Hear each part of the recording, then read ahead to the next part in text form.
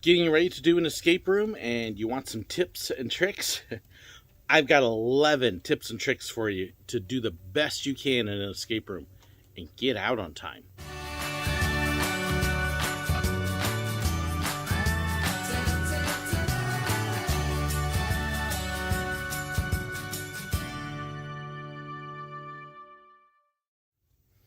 So, thinking about doing an escape room? Maybe you've never done one before. Maybe you've done a couple and just want to figure out how to do better. Or maybe you're a pro looking for a couple tips and tricks.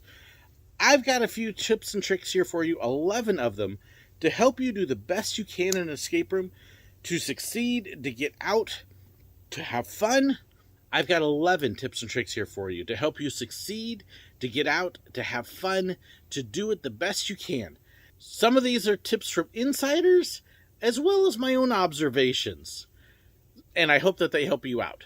So my first rule, remember that rules are made to be broken. So everything that I give you here will change a little bit based on where you go and what you're doing. Remember that every business, every escape place is different. They have a different flow, a different style, different theming, different look, different technology, etc. Everything's going to be a little bit different. It's one of the things that makes escape rooms and the whole industry so unique is that you're going to have something different at every place. So while these rules and tips and tricks are going to help you generally almost anywhere you go, remember that every single rule is made to be broken depending upon where you are. So if worse comes to worse, ask them. You may find out some tricks that way that are specific to that place. Number 2, the first thing to remember when you go into an escape room is remember that you were looking for codes and combinations and to solve puzzles. Most escape rooms, in fact almost all of them, the idea is to open locks, and you were looking for the combinations to open those locks. There's different ways to get to those combinations. That's your ultimate goal. Solve puzzles, open locks. It isn't to dismantle, break, or force things to work. One of the things that will drive an escape room employee nuts is when they see you yanking hard on a rope or trying to force a lock, or turning furniture upside down, or pulling things apart. You don't need to do that. Don't be destructive. It will drive them nuts and it'll get you kicked out, okay? There's no reason to ever take furniture apart, to force things open, to break locks. Don't do that, okay? Work within it. Remember, your ultimate goal is to solve the puzzles, find the codes, make progress, not dismantle things. Number 3, oftentimes you will have one place that will show you the numbers and letters for a code, and another place that will show you the order. Don't be surprised if you've got to take 2 or even 3 things and put them together to be able to come up with a code. They may be in different places. You may have one thing that will show you 4 different numbers, but then you've got something else that will show you what the symbols are for it in a completely different order, and you've got to put them together and go, oh, this is the numbers, this is the order they go in, and that's how you get the code. Make sure you work them together. Sometimes it'll be really obvious which order they go in, but oftentimes you'll have a couple pieces to put together, or 3, or sometimes even 4. Be open to looking around and not relying on just one thing. Number 4, if you've got a box with 2 or more locks on it, don't start there and don't get stuck there. More than likely that is what we would call an end box, kind of like an end boss in video games, and there's going to be different things that lead to that. That's not going to be your starting point. Look around for other locks and other codes and other puzzles in the room first and solve those, and they will probably lead you back to that other one.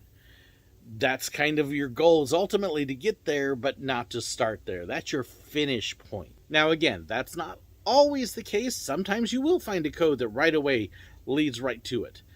But keep in mind, if there's several locks in a room, you're probably going to be working on all those others rather than that last one first.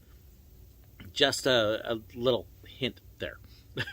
Work the whole room. And that actually leads me to kind of a side one. Work the whole room. Explore the room first, check out where all the different locks and combos are, find out where all the puzzles are, make notes of each of them, and then work on each one individually. Look at everything in there. Look at the walls, look at the floors. There's almost never anything in a room by accident. Sometimes it's atmosphere, but if there's a sign or a picture or a note or something, it's got a use. Don't put it aside and walk away from it. When people open up a box and they find a note inside, they go, and forget it. It's there for a reason. Pay attention. Really, everything. Note it all. Which leads me to number 5. Take notes. Write everything down. Because you really want to keep track of everything. We like to set a designated person to be our code and combo carrier. And they'll have a piece of paper and they write down every code we find, where it came from, and then when we use it, they'll scratch it and they'll make a note where we used it. That way we're not trying to repeat the same codes over and over, because you're not going to use a code twice. Almost never. So if you've used a code, you've used it. You're done with it. Make a note on it so you don't try to reuse it, and look for the next piece. Don't waste your time trying to use a code 3-4 times. It's a waste of time. Use your note sheet. Keep track of things. It's going to help you. And if you got a person that they just struggle with puzzles, put them on the clipboard with the paper and have them take the notes. Number 6, if you are in a place that has several rooms, work each room. Finish the room. This is generally what we would call the flow. You oftentimes will need to finish all the locks in a room or close to it before you go to the next room. So if you can see a door that's got a lock on it, and you've got several locks in your room, don't go straight to the door. Work those other locks first and the puzzles that go with them, because they'll lead you to that door. It's going to be rare that you're going to open a lock to go into another room and you still have stuff unfinished in your first room. Finish a room, make sure you've got everything, and then go on to the next one. Now, sometimes you may run into a deal where you've got an object that has several different sections, and it will kind of tell you or give you a clue that you're going to have to come back to each one, back and forth. But that's going to be rare. Look around that room and work it before you go somewhere else. And by the way, that's one of the more common rules to break. So that's where the inventory helps. But there will be times that you'll have to go to another room to find the codes that will open up locks in that first room. So just be aware. That's something that can change from place to place. Number 7, ask how many hints you have and then use them. This is probably the thing that will drive people who run escape rooms crazy the most, is when they see groups struggling and they won't ask for a hint. And they struggle even more and they lose time by not asking for hints. If you've got them, use them. Unless you are determined to hit that record for whatever it may be in the least number of hints, if you're not going to hit the record, you've got the hints. Use them. Some places will let you have unlimited hints if you're not going for the record. Others will only let you have so many, but a hint does you no good if you never use it. A general rule of thumb is if you have gone about 5 minutes and you haven't made any progress and you're struggling and you don't know what to do or how to solve something, ask for a hint and use it. Don't ask for a hint and look at it and then ignore it and walk away. If the hint tells you to work on something, go work on it. Use the hints to your advantage to solve and finish the room. It does you no good if you've got all your hints left or most of your hints and you don't finish the room. That's a failure. If you use all your hints but you finish, then you have succeeded. But kind of following up on that, you try to do the puzzles first. Don't be one of those that walks into a room, doesn't even look at anything, and then says, "Can I get a hint?"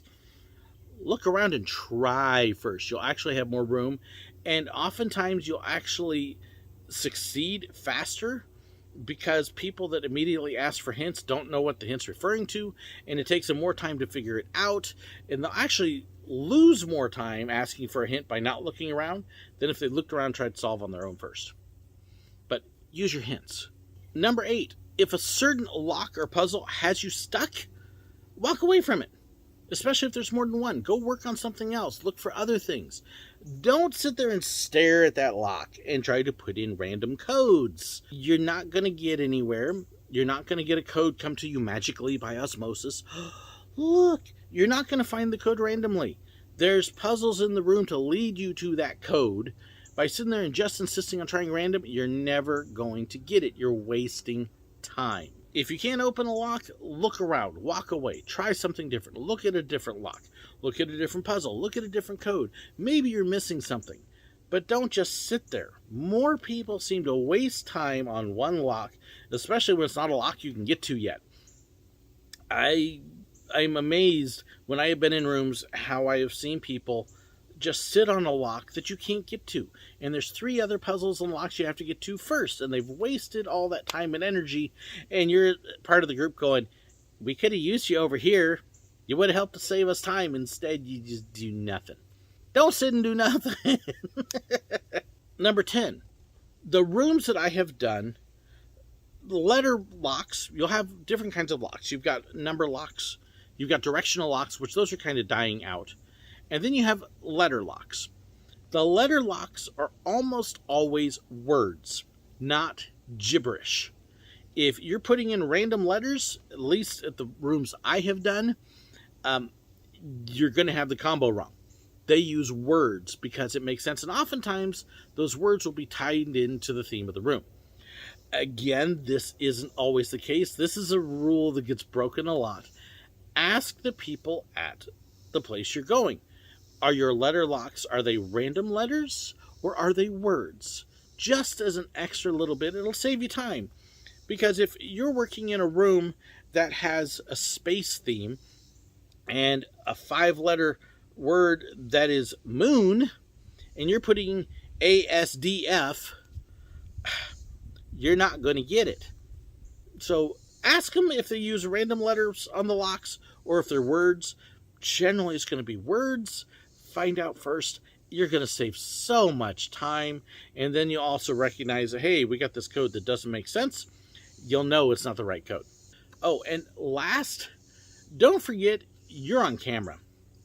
Most escape rooms have video cameras so they can see what you're doing, where you're at in the room, and help keep track of you so they can give you better hints. They've also got microphones so they can hear everything that you're saying. Be aware you're being watched. Keep it appropriate. Some of the things people do sometimes in escape rooms, they're there to keep you safe, to keep you on track, to help you solve the puzzles and do what you need to do, and make sure you're not doing anything dumb. This isn't a great private place to go make out. They're going to see if you're breaking things. They're going to hear everything you say. So if you're cursing every third word, you got some poor person on the microphone there that's having to hear it and cringe. Keep it appropriate at all times. In fact, I know a couple people who run them. They actually video record everything. So if you're going to do something illegal, yeah, they're going to have you on videotape doing it too. So be aware of that. You're not being private. So there are 11 hints, tips, and tricks for escape rooms. Do you have some as well that maybe I've missed? Do you have something you would like to add or correct or change? Let me know in the comments below. I would love to hear your feedback. Be sure to hit that like button, share, subscribe if you haven't to the channel. I'm almost at 30,000. I want to hit it, so hit that subscribe button. And don't forget to hit the bell, too, so you know when I've got a new video. Thank you so much, too, to my financial supporters, my patrons and members. Their support helps to make things possible, like going to visit escape rooms and being able to give you these tips and tricks. If you want to know more about that, be sure to check the description below. There's a lot of information there. Oh, and by the way, if you're wondering why I don't have pictures and stuff in the escape rooms, it's because I don't want to give anything away. You got to solve it on your own. So there. Thank you so incredibly much for watching, though. God bless.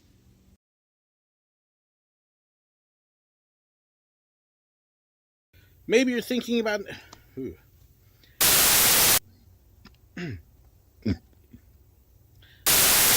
different tech... Well, it's going to be rare that you were going to open a door into another room when you still have stuff finished.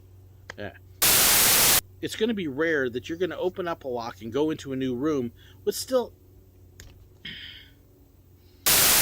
A general good rule of thumb, if you've got, say, an hour-long room, is if you have gone about 5 minutes, ouch, you have something you love,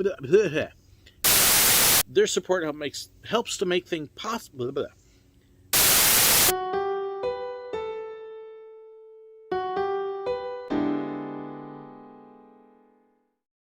Thank you so much for watching.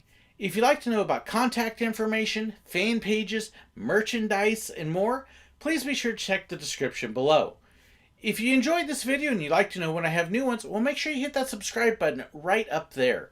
And if you want to see another one of my videos, well, I've got a great one for you right here. And a huge thank you to these wonderful people here who support me on Patreon and with YouTube memberships. They get behind the scenes information, special perks, and more. If you'd like to know more about that, well, make sure you check that button right there. Thank you so much.